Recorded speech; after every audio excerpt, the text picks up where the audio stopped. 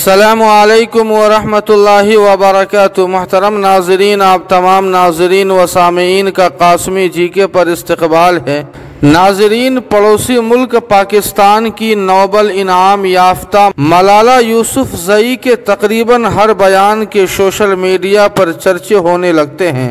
मलाला ने बरतानवी मैगज़ीन वोग को इंटरव्यू देते हुए इस्लाम के इस दिवाजी निज़ाम शादी ब्याह और निकाह के मुतालिक बयान दिया है, जिसके बाद सोशल मीडिया पर एक बहस सी छिड़ गई है।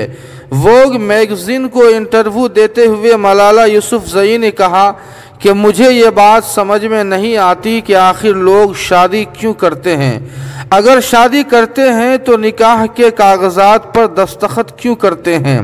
क्या बिना निकाह के पार्टनरशिप में नहीं रह सकते?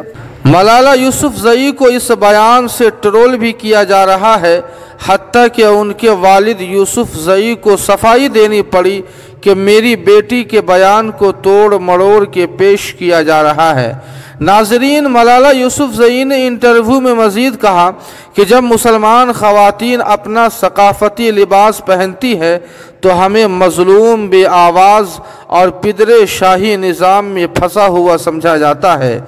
मलाला यूसुफ़ज़ई मज़ीद कहती है कि मेरी माँ कहती है कि ऐसी बात कहने की जुर्रत मत करना, तुम्हें शादी हर हाल में करनी होगी।